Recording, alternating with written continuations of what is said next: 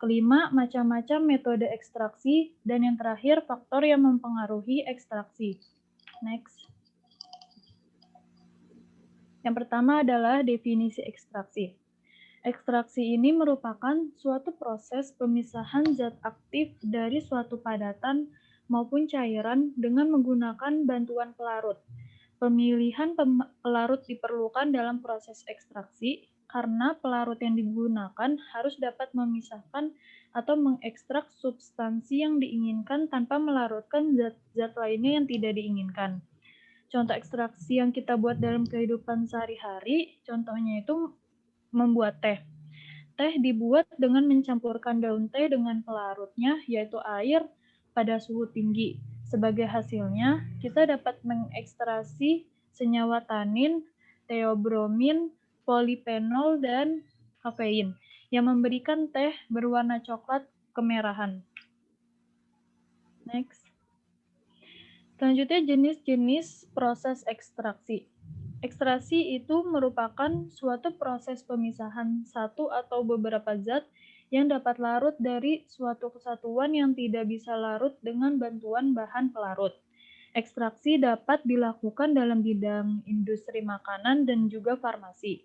Berdasarkan prosesnya, ekstraksi dibedakan menjadi yang pertama ekstraksi cair-cair, yaitu proses pemisahan cairan dari suatu larutan dengan menggunakan cairan sebagai bahan pelarutnya. Sedangkan ekstraksi padat cair itu proses pemisahan cairan dari padatan dengan menggunakan cairan sebagai bahan pelarutnya. Next. Selanjutnya adalah proses dasar dari ekstraksi.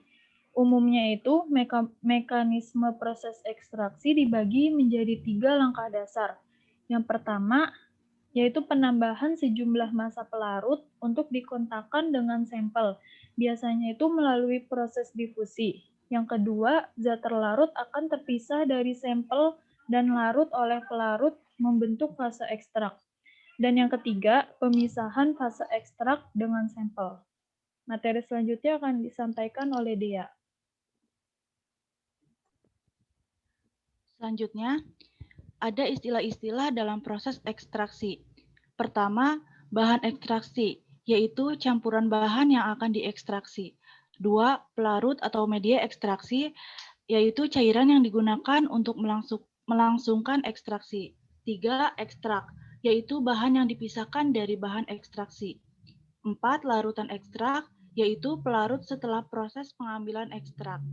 5. Rafinat atau residu ekstraksi, yaitu bahan ekstraksi setelah diambil ekstraknya. 6. Ekstraktor, yaitu alat ekstraksi. 7. Ekstraksi padat cair, yaitu ekstraksi dari bahan yang padat. 8. Ekstraksi cair-cair, yaitu ekstraksi cair-cair atau ekstraksi dengan pelarut sama dengan solvent extraction, yaitu ekstraksi dari bahan ekstraksi yang cair.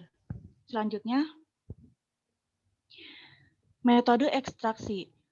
Metode ekstraksi berdasarkan ada tidaknya proses pemanasan dapat dibagi menjadi 2 macam, yaitu ekstraksi cara dingin dan ekstraksi cara panas.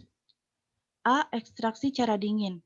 Pada metode ini tidak dilakukan pemanasan selama proses ekstraksi berlangsung dengan tujuan agar senyawa yang diinginkan tidak menjadi rusak. Beberapa jenis metode ekstraksi cara dingin yaitu selanjutnya 1. Ada maserasi atau dispersi. Maserasi merupakan metode ekstraksi dengan menggunakan pelarut diam atau dengan adanya pengadukan beberapa kali pada suhu ruang.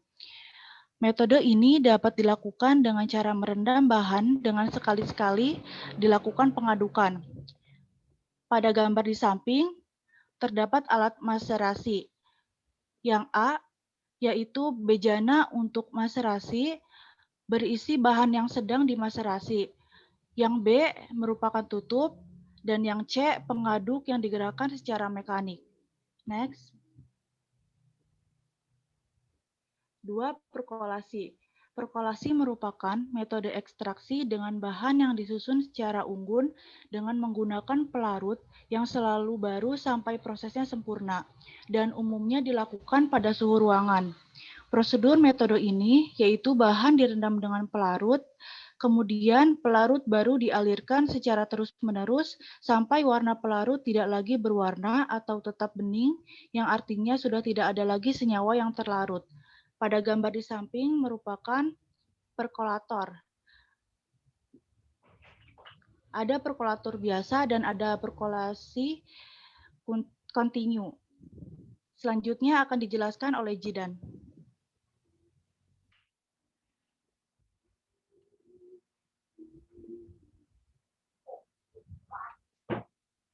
Yang B, ekstraksi secara panas. Pada metode ini melibatkan pemanasan selama proses ekstraksi berlangsung. Adanya panas secara otomatis akan mempercepat proses ekstraksi dibandingkan dengan cair dingin. Dengan cara dingin. Dengan cara dingin. Beberapa jenis metode ekstraksi secara panas yaitu Apa? pertama, ekstraksi reflux. Ekstraksi reflux merupakan metode ekstraksi yang dilakukan pada titik didih pelarut tersebut selama waktu dan sejumlah pelarut tertentu dengan adanya pendingin balik kondensor. Kelebihan metode reflux adalah padatan yang memiliki tekstur kasar dan tahan terhadap pemanasan langsung dapat diekstrak dengan metode ini. Kelemahan metode ini adalah membutuhkan jumlah pelarut yang banyak. Contohnya dari gambar ini ada water out, kondensor, reflux ring, water in, dan boiling flash. Dan yang kedua, ekstraksi dengan alat soft palette. Ekstraksi dengan alat ini merupakan ekstraksi dengan pelarut yang selalu baru, umumnya dilakukan menggunakan alat khusus sehingga terjadinya ekstraksi konstan dengan adanya pendingin balik atau kondensor. Contohnya seperti gambar ini. Ini kondensornya, ini ekstraktor, ini labu penampung. Dan yang ketiga, ekstraksi infusi. Infusi dibuat dengan ngeserasi bagian tanaman dengan air dingin atau air mendidih dalam jangka waktu yang pendek. Pemilihan suhu infus tergantung pada ketahanan senyawa bahan aktif yang selanjutnya segera digunakan sebagai obat cair. Hasil infus tidak bisa digunakan dalam jangka waktu yang lama karena tidak menggunakan bahan pengawet.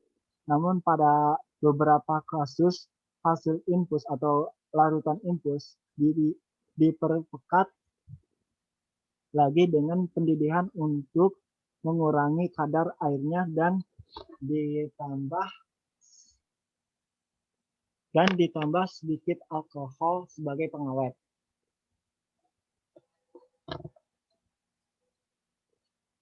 Dan faktor-faktor yang mempengaruhi ekstraksi adalah jenis pelarut Jenis pelarut mempengaruhi senyawa yang tersari, jumlah zat terlarut yang terekstrak, dan kecepatan ekstraksi. Yang kedua, suhu. Kenaikan suhu akan meningkatkan jumlah zat terlarut ke dalam pelarut. Yang ketiga, rasio pelarut dalam bahan baku. Jika rasio pelarut bahan baku besar, maka akan memperbesar pula jumlah senyawa yang terlarut. Akibatnya, laju ekstraksi akan semakin meningkat. Keempat, ukuran partikel. Laju ekstraksi juga meningkat apabila ukuran partikel bahan baku semakin kecil. Dan kelima, pengadukan. Fungsi pengadukan adalah untuk mempercepat terjadinya reaksi antara pelarut dengan zat terlarut. Dan yang keenam,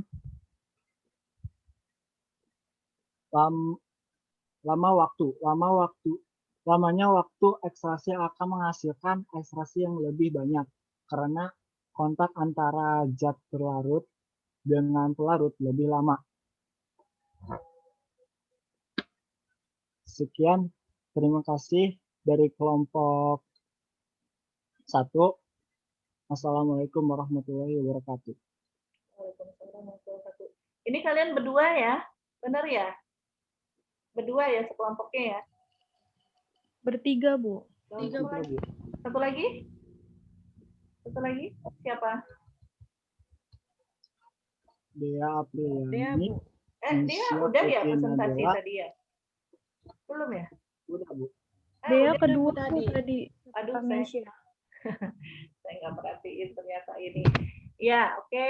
Ini dari kelompok ini ya. Ya, lumayan ini menjelaskan. Coba tadi dibuka dulu. Dibuka tolong PPT-nya yang ini faktor yang mempengaruhi ekstraksi. PPT-nya tolong itu dulu dibuka. Nomor halaman 6 ya kalau nggak salah. Benar, halaman berapa? 14. Lupa dah. Nah, ini faktor-faktor yang mempengaruhi ekstraksi ya. Kamu lihat di Ubay 2011, di dapurnya ada nggak Ubay 2011 ini? Ada nggak di dapurnya? Kamu cantumin nggak di dapurnya Ubay 2011 ini? Cantumin nggak Dea Apriliani Muhammad Nurjidan? Cantumin nggak di dapurnya? Enggak, Bu. Nanti Kalau Ubaynya, gimana? Gimana? iya kalau Ubaynya tidak, Bu, tapi dicantuminnya satu jurnal gitu, Bu, judul jurnalnya. Mana coba lihat judul artikel, kan judul jurnal. Mana Iya, lihat? artikel. Mana lihat dapurnya? Halaman 15. Oke. Coba dulu lihat 15. Nah, ini kamu lihat yang mana tadi? Yang ini ya, yang dapur yang kedua. Bukan, yang mana sih? Yang Ubay tadi 2011 kan nggak ada kan kamu cantumin di sini? Kamu lihat di Ubay itu adalah artikel. Benar nggak? Lihat di artikel nggak? Jadi kalau kamu lihat di artikel, di referensi kamu cantumkan nama pengarangnya siapa, judul artikelnya apa, kemudian dia publish di mana, di jurnal apa, publishnya bulan apa, tahun berapa, gitu ya. Tolong dicantumkan volume dan segala macam gitu. Nah, buka dulu slide halaman 14, tolong. Halaman 14. Nah, ini adalah faktor-faktor yang mempengaruhi ekstraksi ya. Jadi, yang jenis pelarut. Berarti, ekstraksi sendiri itu apa? Apa coba ekstraksi itu apa? Nurjidan. Ekstraksi sendiri apa? Apa sih ekstraksi itu? Nurjidan, Muhammad Nurjidan. Apa itu ekstraksi itu? Apa temannya bisa bantu yang lain? Bukan hanya yang presentasi aja, mungkin yang lain bisa bantu. Apa sih itu ekstraksi itu? Yang lain teman-temannya tolong dibantu. Apa sih pengertian ekstraksi itu? Halo? Yang lain? Siapa yang mau mencoba menjawab? Saya Bu. Ya, Maro. Oke, silakan. suatu proses di mana zat terlarut terbagi dalam dua pelarut yang tidak bercampur, Bu. Iya, jadi dia terdistribusi ya antara dua pelarut yang tidak bercampur. Nah, tadi faktor-faktor yang mempengaruhinya macam-macam tadi. Nah, coba jelaskan faktor yang mempengaruhinya. Tadi halaman berapa? Halaman 14. Tolong PPT-nya di-share halaman 14. Pertama itu adalah tadi ada pengadukan, ya misalnya. Tadi ada pengadukan ya, saya kasih contoh. Misalnya ini ada pengadukan. Fungsi pengadukan untuk mempercepat terjadinya reaksi antara pelarut dan zat terlarut. Berarti ada pelarut dan zat terlarut. Jadi apabila diaduk, kemudian berarti apabila diaduk apabila diaduk maka seharusnya kontak yang terjadi antara zat pelarut dan pelarut itu akan semakin cepat kontak yang terjadinya akan semakin cepat. Kemudian kontak bukan yang cepat ya, jadi interaksi yang terjadi antara pelarut dengan zat terlarut itu akan cepat gitu ya, seperti itu misalnya pengadukan. Jadi sehingga jadi fungsi pengadukannya itu mempercepat ya sebagai katalis lah ya gitu ya, sebagai katalis sehingga nanti terdistribusi nanti antara dua yang tadi tidak bercampur kan, dua fasa pelarut yang tidak bercampur. Ukuran partikel ekstraksi juga akan meningkat apabila ukuran partikel bahan bakunya kecil. Jadi kamu ingat lagi ukuran partikel kecil. Jadi apabila ukuran partikelnya kecil, maka nanti akan terjadi interaksi antara si partikel-partikel itu. Jadi interaksi antara partikel-partikel itu, kemudian interaksinya ukurannya kecil, interaksinya akan semakin cepat sehingga dia akan terjadi ekstraksi, begitu ya. Dan yang lainnya gitu. Oke, nanti tolong diperbaiki dapusnya ya. Kemudian disubmit di OLU, cukup satu orang aja submit di OLU dalam satu kelompok, kemudian ditunggu sampai jam 12 malam, kemudian untuk untuk tolong di grup WA juga di-share biar teman-temannya bisa baca. Oke, lanjut kelompok berikutnya. Lanjut.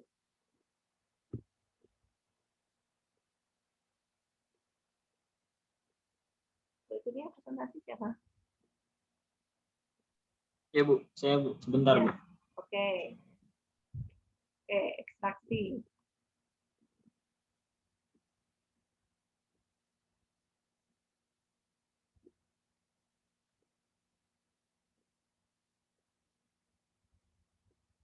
Ini kelompok 2 ini siapa ya? Bunga-bunga ini cewek ini ya. Bunga-bunga ini cewek ini kelompok ini. Ya, silahkan. Ceweknya berapa orang? Ya, silahkan mulai.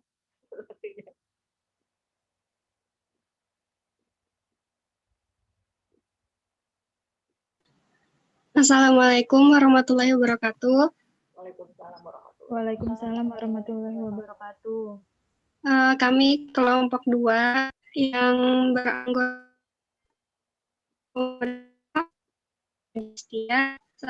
sendiri ada salsabila. Pertama,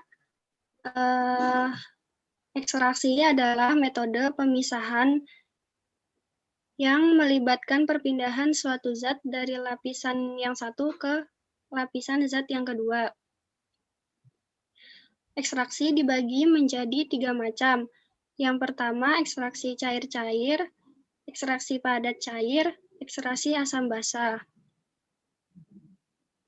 Ekstraksi cair-cair ini adalah cairan yang tidak saling bercampur. Metode ini dikenal sebagai ekstraksi cair-cair. Dalam ekstraksi cair-cair, suatu senyawa terpartisi di antara dua pelarut. Ekstraksi cair-cair ini proses pemindahan suatu komponen campuran cairan dari suatu larutan ke cairan yang lain. Yang kedua ada ekstraksi padat cair. Ekstraksi padat cair ada 2 macam. Yang pertama maserasi dan sokseletasi. Suksletasi merupakan ekstraksi pada cair yang berkesinambungan. Ekstraksi ini biasanya dilakukan dengan suatu alat yang dinamakan sukslet. Proses ini merupakan proses yang bersifat fisik karena komponen terlarut kemudian dikembalikan lagi ke keadaan semula tanpa mengalami perubahan kimiawi. Keuntungan dan kerugian suksletasi ini, keuntungannya menggunakan pelarut yang sedikit, uap panas tidak melalui simplisia tetapi melalui pipa samping. Kerugiannya tidak menggunakan bahan yang mempunyai tekstur keras. Pengerjaannya rumit dan agak lama. Kemudian akan dilanjutkan oleh Devi. Selanjutnya ada maserasi. Maserasi itu merupakan proses perendaman sampel pelarut organik yang digunakan pada temperatur ruangan. Dengan perendaman sampel, tumbuhan akan terjadi pemecahan dinding dan membran sel akibat perbedaan tekanan antara di dalam dan di luar sel, sehingga metabolit sekunder yang ada dalam sitoplasma sel akan larut dalam pelarut organik dan ekstrak senyawa akan sempurna karena dapat diatur lama perendamannya yang dilakukan.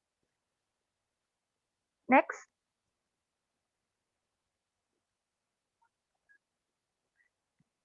Maserasi sendiri memiliki prinsip-prinsip. Yang pertama itu ekstraksi zat aktif yang dilakukan dengan cara merendam serbuk dalam pelarut yang sesuai selama sehari atau lebih pada temperatur kamar atau ruangan. Terlindungi dari cahaya matahari, kemudian pelarut akan masuk ke dalam sel melewati dinding sel.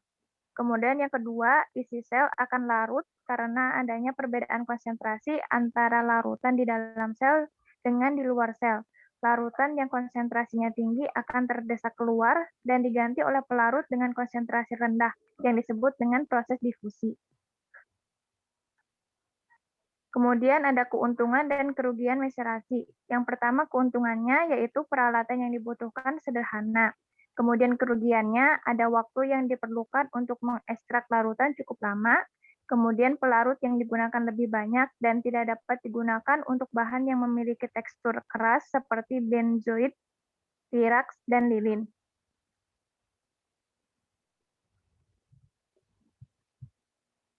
Yang ketiga ada ekstraksi asam basa. Ekstraksi aktif secara kimia atau chemically active extraction dapat digunakan dalam pemurnian senyawa-senyawa organik melalui pemisahan komponen-komponen asam basa dan netral. Senyawa-senyawa asam seperti asam-asam, sulfonat, dan asam-asam karboksilat dapat dengan mudah diubah menjadi garam-garam natrium yang biasanya larut dalam air dengan cara mereaksikannya dengan natrium karbonat. Selanjutnya akan dijelaskan oleh Amarul. Ya, terima kasih Devi. Selanjutnya ada rumus perbandingan distribusi. Nah, di rumus perbandingan distribusi ini ada sedikit perbedaan daripada di diktat ya. Menurut saya, mohon maaf Bu, menurut saya diktatnya ada sedikit kesalahan yang di rumus distribusi. Nah, kalau menurut saya yang sudah saya hitung itu distribusi konsentrasi zat terlarut fase cair per konsentrasi zat terlarut fase organik. Tapi kalau di diktat fase organik terlebih dahulu baru per fase cair. Nah, dan di diktat tidak dikali ekstraksi dibagi 100 dikurang ekstraksi. Selanjutnya untuk persen ekstraksi dinyatakan dengan persen ekstraksi sama dengan 100 di D dibagi D plus Pi cair per Pi organik. Pi A sama dengan volume fase cair. PO sama dengan volume fase organik. Jika Pi cair sama dengan Pi organik, maka persen ekstraksi 100 distribusi plus 1. Dan untuk N kali ekstraksi maka rumusnya menjadi persen. Di sini juga ada perbedaan dari di diktat.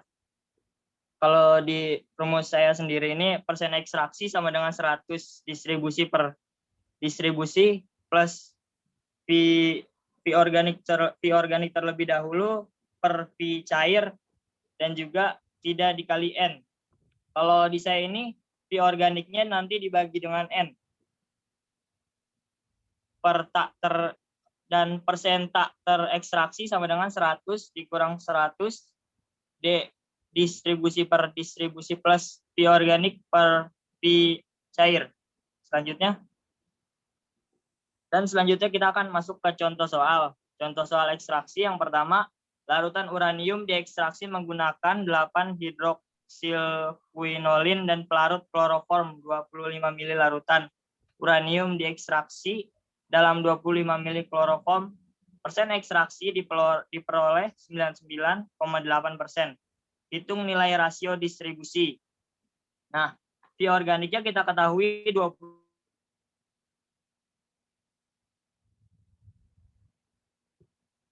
Halo? Halo? Kok nggak ada suara ya? Halo, Bu. Ya udah, kok nggak ada suara? Iya, lanjut. Dari ulang. Ya, silakan lanjut. Diketahui Pi organik sama dengan 25 mili, Pi cair sama dengan 25 mili, persen ekstraksi sama dengan 99,8. Langsung kita masukkan rumusnya. Pi cair per Pi organik dikali ekstraksi dibagi 100 dikurang ekstraksi. Kita ketahui Pi cairnya itu 25 mili, per Pi organiknya 25 mili dikali ekstraksinya 99 apa dibagi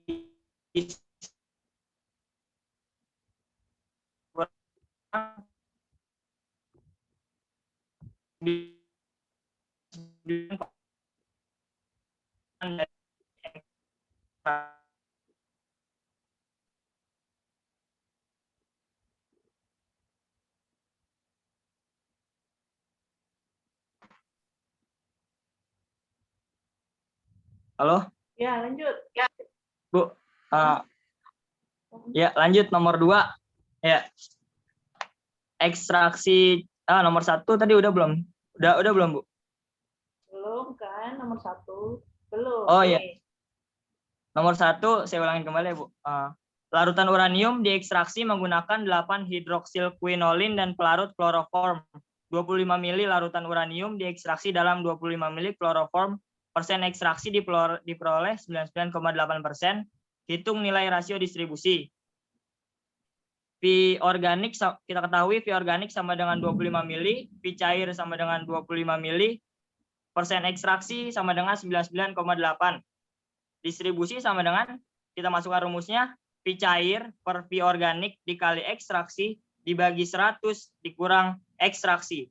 Distribusi sama dengan Pi cair kita ketahui 25 mili, Pi organik 25 mili dikali ekstraksi 99,8 dibagi 100 dikurang 99,8. 25 dibagi 25 1 dikali 99,8, 99,8, 100 dikurang 99,8, 0,2. Distribusi sama dengan 499. Selanjutnya nomor 2. Nah, yang contoh soal nomor 2 ini, ekstraksi Ce4 sebanyak 25 mili pada air dengan reaksi 2-tenolifluoroaseton pada 10 mili pelarut benzen. Jika nilai rasio distribusi D999, hitung persen ekstraksi. Kita masukkan rumusnya, persen ekstraksi sama dengan 100 distribusi per distribusi plus 1. Kita masukkan persen ekstraksi sama dengan 100, distribusinya 999 per 999 plus 1. Persen ekstraksi 100. Kita coret nolnya 2 di bawah ke 100. 99, langsung saja 999 dibagi 10. Persen ekstraksi sama dengan 99,9. Selanjutnya nomor 15. Selanjutnya halaman 15. Contoh soal ekstraksi selanjutnya yaitu larutan Ce4 dalam HCl sebanyak 100 mili diekstraksi dalam 30 mili MIBK. metil isobutil keton. Jika D sama dengan 100, hitung persen ekstraksi jika dilakukan ekstraksi 1,2 dan 3 kali. Bukan 1,2 dan 3 kali, ekstraksi dilakukan 1, 2, dan 3 kali. Nah, 1, 2, dan 3 kali ya. ya. Ekstraksi yang pertama kita akan mengekstraksi 1 kali. Nah, kita masukkan rumusnya 100 distribusi plus V organik per V cair. 100 dibagi 100 per 100 plus 30 per 100 sama dengan 96,77. Nah, selanjutnya sama sih sebenarnya, cuman di V organiknya dibagikan dengan N. Jadi 30 dibagi N-nya sama N-nya kan 2 kali. 30 dibagi 2 sama dengan 15. Nah, sama hasilnya juga langsung aja hasilnya 99,85. Dan selanjutnya jika diekstraksi 3 kali, nanti V organiknya kita bagikan 3. Jadi 30 dibagi 3 sama dengan 10. Jadi langsung saya dihitung hasilnya 99,9. Ya.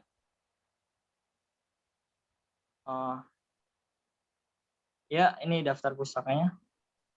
Ya, sekian dan terima kasih. Oke, lihat tadi daftar pusakanya, berarti kamu lihat dari jurnal orang lain ya. Dicantumkan nggak nama, judul artikelnya, dan segala macam, tadi cantumkan nggak? Tolong dibuka slide yang itu, daftar pusakanya. Oke, di itu, oh ini ya, kamu langsung, ini ya, kalau buat daftar pusaka, kalau seperti ini, berarti kamu buat nama orangnya, autornya, kemudian judul artikelnya, kemudian ada di jurnal mana, jurnalnya sebutkan nama jurnalnya, kemudian kapan dipublishnya. Di bawahnya baru dibuat websitenya, gitu loh, ya. Di bawahnya baru dibuat websitenya. Oke. Nah, sekarang mengenai rumus. Kamu lihat dari mana rumus itu tadi? Dia berani loh menyatakan bahwa ini salah loh rumusnya. Ya. Yeah. Gimana? Saya pertama ini Bu, saya kan cari soal nih Bu, terus soal yang sudah sama jawabannya Bu, terus saya coba-coba pakai rumus yang Ibu ini Bu, terus nggak ketemu hasilnya Bu, terus ya ini sendiri aja Bu. Oh begitu, jadi ya seperti ini ya, jadi nanti kita baca bersama-sama, begitu kan, kita baca bersama-sama, karena memang ekstraksi ini kan ekstraksi N kali. Apakah rumusnya seperti apa nanti? Nah, jadi kita baca sama-sama. Apakah yang didiktat itu yang salah, atau diktat salah ini atau diktat benar ini juga sebenarnya benar. Nanti kita baca sama-sama ya. Kalau mengenai itu ya, ininya ya. Yang di sini ini ada yang mau bertanya nggak? Di kelompok 2 yang presentasi ada yang mau bertanya nggak teman-temannya? Ada yang mau bertanya nggak? Ini bagus loh, PT-nya bagus ini. Cewek banget ya? Kamu kok mau banget sih? Baru cewek banget lah ini PT-nya. Mau banget dah si amaranya. Oke. Nggak ada yang bertanya ini. Nggak usah bertanya. Nanti giliran kamu presentasi, nanti kita nggak bisa bertanya. Oke, sekarang kelompok 3. Silakan kelompok 3. Kelompok 3, silakan presentasi.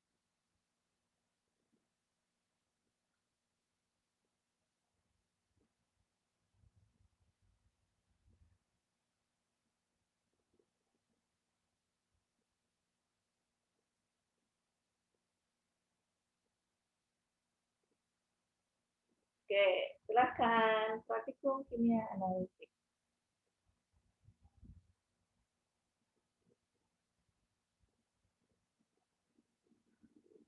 Ayo.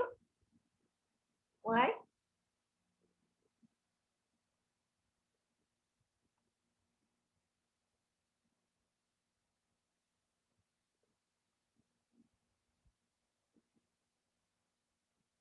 Kok nggak kedengaran ya suaranya? Atau sinyal?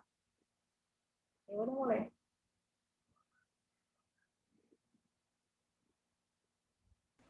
Assalamualaikum warahmatullahi wabarakatuh. Waalaikumsalam warahmatullahi wabarakatuh. Saya perwakilan dari kelompok 3 ingin mempresentasikan dari tugas kelompok 3.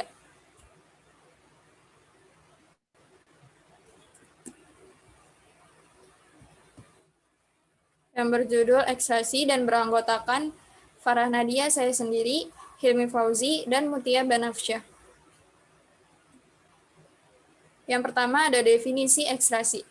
Ekstraksi adalah pemisahan suatu zat dari campurannya dengan pembagian sebuah zat terlarut antara dua pelarut yang tidak dapat tercampur untuk mengambil zat terlarut tersebut dari suatu pelarut ke pelarut yang lain. Menurut Nernst, zat terlarut akan terdistribusi pada kedua solvent sehingga perbandingan konsentrasi pada kedua solvent tersebut tetap untuk tekanan dan suhu yang tetap. Selanjutnya ada metode pemisahan pada ekstraksi. Yang pertama ada ekstraksi bertahap. Adalah cara yang paling sederhana mencampurkan pelarut pengekstraksinya yang tidak bercampur dengan pelarut semula, kemudian dilakukan pengocokan. Yang kedua ada ekstraksi kontinu. Adalah perbandingan distribusi relatif kecil sehingga untuk pemisahan yang kuantitatif diperlukan beberapa tahap distribusi. Yang ketiga ada ekstraksi counter. Adalah fase cair pengekstraksi yang dialirkan dengan arah yang berlawanan dengan larutan yang mengandung zat yang akan diekstraksikan. Biasanya digunakan untuk pemisahan zat, pemurnian, ataupun isolasi. Selanjutnya ada metode ekstraksi. Ekstraksi dibagi menjadi dua, secara dingin dan secara panas. Yang secara dingin, yang pertama ada metode maserasi. Dengan cara maserasi ini dilakukan dengan cara merendam serbuk simplisia dalam cairan penyairian selama beberapa hari pada temperatur kamar yang terlindungi dari cahaya. Keuntungan dari metode ini adalah peralatan yang sederhana. Kerugiannya, waktu yang diperlukan untuk mengekstraksi sampel cukup lama. Cairan yang digunakan juga lebih banyak dan tidak dapat digunakan untuk bahan-bahan yang mempunyai tekstur keras seperti benzoin, tiraks, dan lilin. Metode yang kedua dilakukan dengan cara penyarian dengan mengalirkan penyari melalui serbuk simplisia yang telah dibasahi. Keuntungan metode ini adalah tidak memerlukan langkah tambahan, yaitu sampel padat telah terpisah dari ekstrak. Kerugiannya adalah kontak antara sampel padat tidak merata atau terbatas dibandingkan dengan metode reflux, dan pelarut menjadi dingin selama proses perkolasi sehingga tidak melarutkan komponen secara efisien.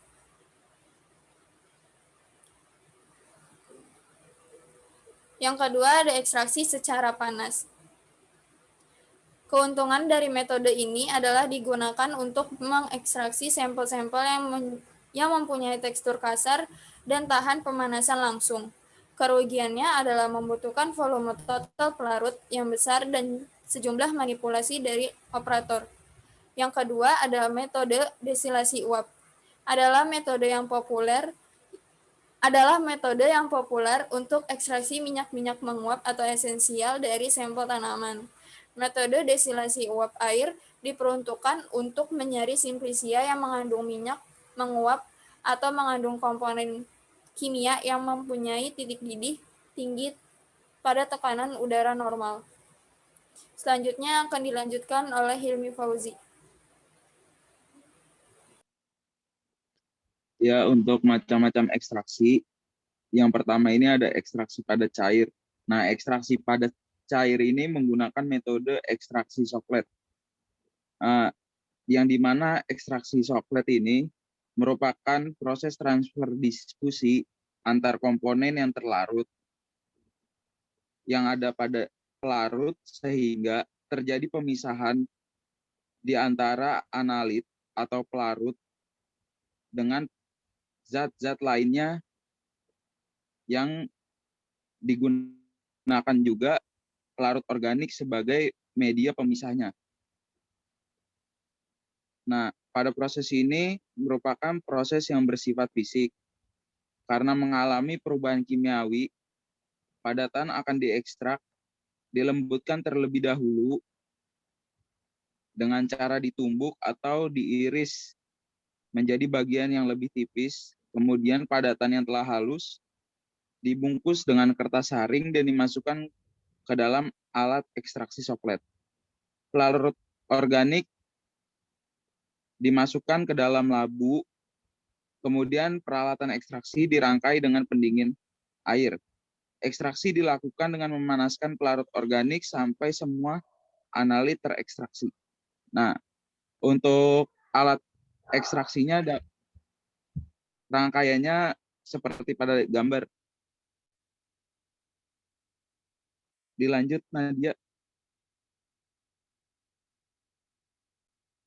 Nah, untuk selanjutnya ada ekstraksi cair-cair, yang dimana metode pemisahan yang dilakukan dalam tingkat mikro dan makro, yang dimana terjadi dalam ekstraksi cair-cair ini adalah kedua fasa yang dipisahkan merupakan cairan yang tidak saling tercampur. Ekstraksi cair-cair digunakan dengan cara untuk pra-perlakuan sampel atau clean up sampel untuk memisahkan analit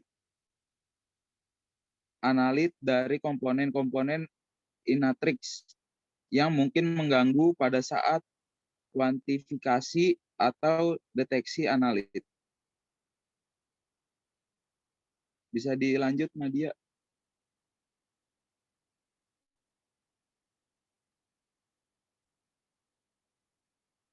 Nah, untuk selanjutnya ada ekstraksi fase padat.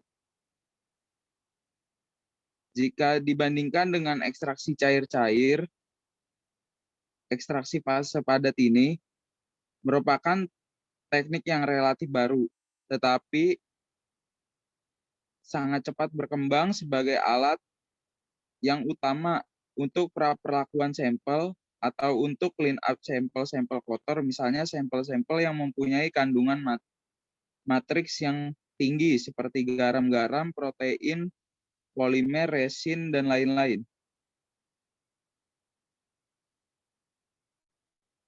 Untuk selanjutnya akan dijelaskan oleh Mutia Banapsyah. Yang selanjutnya ada tahapan ekstraksi. Yang pertama itu menyimpulkan bahan ekstraksi dengan pelarut dan membiarkannya saling berkontak. Dalam hal ini terjadi perpindahan massa dengan cara difusi pada bidang antarmuka bahan, ekstraksi, dan pelarut. Dengan demikian terjadi ekstraksi yang sebenarnya yaitu pelarut ekstraksi. Yang kedua, memisahkan larutan ekstrak dari rafinat kebanyakan dengan cara penjernihan atau filtrasi. Yang ketiga, mengisolasi ekstrak dari larutan dan mendapatkan kembali pelarut. Umumnya dilakukan dengan menguapkan pelarut dalam hal-hal tertentu. Larutan ekstrak dapat langsung diolah lebih lanjut atau diolah setelah dipekatkan.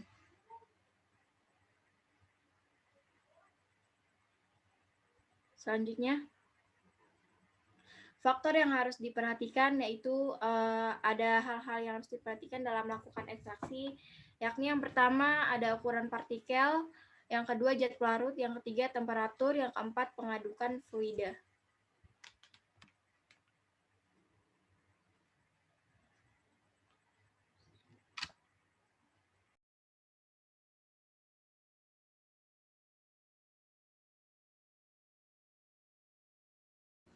Udah selesai ya? Udah.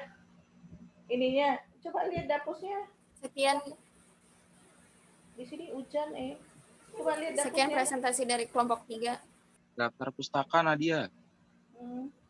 Di sini saya hujan gede banget dah. Oke, lihat daftar pustakanya. Slide ke-10 apa ya tadi, Nadia? Slide ke-10. Dalam melakukan ekstraksi. Adapun hal-hal yang harus diperhatikan dalam melakukan ekstraksi, ini ukuran partikel, zat pelarut, temperatur, pengadukan. Nah, ini bisa nggak dijelaskan ini? Bisa, Bu. Ya, oke. Silakan tolong dijelaskan. Gimana? Yang pertama itu ukuran partikel. Ukuran partikel ini mempengaruhi laju ekstraksi dalam beberapa hal. Semakin kecil ukurannya, semakin besar juga permukaan antara padat dan cair, sehingga laju perpindahan menjadi semakin besar. Dengan kata lain, jarak untuk berdifusi yang dialami oleh zat larut dalam padatan adalah kecil. Yang kedua, zat pelarut. Larutan yang akan dipakai sebagai zat pelarut seharusnya merupakan pelarut pilihan yang terbaik dan viskositasnya harus cukup rendah agar dapat bersirkulasi dengan mudah. Biasanya zat pelarut murni akan dipakai pada awalnya, tetapi setelah proses ekstraksi berakhir, konsentrasi zat pelarut akan naik dan laju ekstraksinya turun. Pertama, karena gradien konsentrasinya akan berkurang dan kedua, zat pelarutnya menjadi lebih kental. Yang ketiga, temperatur. Dalam banyak hal, kelarutan zat pelarut, yaitu pada partikel yang diekstraksi, di dalam pelarut akan naik bersama dengan kenaikan temperatur untuk memberikan laju ekstraksi yang lebih tinggi. Yang keempat, ada pengadukan fluida. Pengadukan pada zat ini pelarut adalah penting karena menaikkan proses difusi sehingga menaikkan perpindahan material dan permukaan partikel ke zat pelarut. Oke, kamu baca dari mana itu, Nadia? Iya, Ibu. Kamu baca dari mana itu barusan? Kamu baca dari mana? Yang barusan kamu baca itu? Itu yang baca Mutia Banafsyah, Bu. Oke. Gimana Mutia? Gimana? Kamu baca Dari ini, Bu, dari jurnal. Oh, oke. Nah, sekarang coba tolong daftar pustakanya di PPT-nya yang daftar pustaka. Yang daftar pustakanya mana? Oke, yang tadi kamu baca yang mana? Mutia Banafsyah. Yang ini ya. Mana coba? Ini kan ini semua ya. Mana jurnalnya? Nggak ada. Kamu kan di dapurnya tuh harus ada tadi kan jurnal. Mana jurnalnya? Tidak kamu cantumkan. Nanti tolong dicantumkan ya mengenai jurnalnya. Kemudian ini teori tentang ekstraksi, WordPress, makalah tentang ekstraksi, diakses akademia, laporan praktikum kimia analitik ini. Saya itu berharap sebenarnya kalian dapat daftar pusaka itu adalah buku, e-book, kemudian itu kan sumber utama, sumber primer itu namanya, buku, e-book gitu ya, itu sumber utama. Jadi di saat kamu mengerti itu yang kamu ringkas, itu yang kamu simpulkan, kamu buat di sini. Nah, kalau misalnya lihat nih dari punya orang berarti kan dia sebenarnya membaca, yang udah membaca, udah diringkasnya, kamu tinggal kopas-kopas aja begitu. Nah, kalau saya berharapnya begitu. Kan kemarin udah di-share kan link e-booknya, link gratis, di situ bisa e-book, bisa jurnal begitu. Jadi nanti tolong diperbaiki juga daftar pusakanya ya buat kelompok ini ya. Oke? Nah, udah berapa kelompok yang maju? 3 kelompok, Bu. Kalian ada berapa kelompok ya? Iya. Kalian ada berapa kelompok? Satu kelasnya ada berapa kelompok? Ada 3, Bu. Oke, udah ini ya tolong di itu dulu apa PPT-nya di-submit. Oke. Nah, udah selesai ya, berarti 3 kelompok. Mengenai ekstraksi. Minggu depan kita membahas mengenai apa tuh? Sebentar. Minggu depan kita membahas mengenai aduh kok lupa ya. Pengukuran berat jenis zat. Pengukuran berat jenis zat. Jadi pengukuran berat jenis zat itu macam-macam, salah satunya bisa menggunakan piknometer.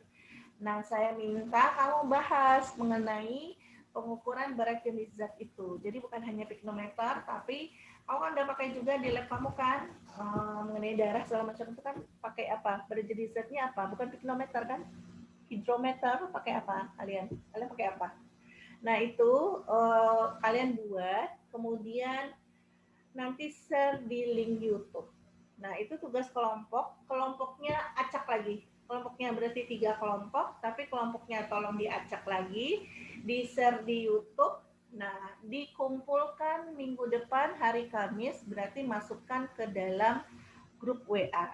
Link YouTube-nya, dan submit ke OLU juga hari Kamis minggu depan. Cukup 1 orang dalam 1 kelompok submit ke OLU. Nah, untuk hari ini, setelah diperbaiki, tolong di-share di grup, kemudian submit di OLU, ditunggu jam 12 malam ini diperbaiki ya.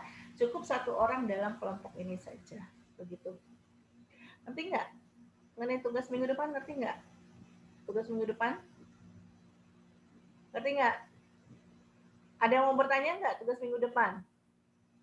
Ada yang mau Mohon maaf bertanya? Bu, tadi materinya tentang apa Bu? Penentuan berat jenis zat. Penentuan berat jenis zat. Nah, kalau di diktat itu ada, contohnya adalah piknometer. Nah, kamu jangan bahas piknometer, bukan hanya bahas piknometer saja, tapi bahas yang lain, begitu ya, penentuan berat jenis zat gitu. Oke, gitu ya. Ada yang mau bertanya? Ada yang mau bertanya nggak? Ada yang bertanya tugas minggu depan? Nggak ada? Ya sudah. Kalau nggak ada yang bertanya, kita sudahi sampai di sini. Tetap semangat, jaga kesehatan, selamat menunaikan ibadah puasa. Terima kasih atas perhatiannya. Assalamualaikum warahmatullahi wabarakatuh.